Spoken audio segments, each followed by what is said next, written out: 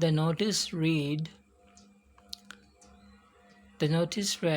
Don't pick the flowers.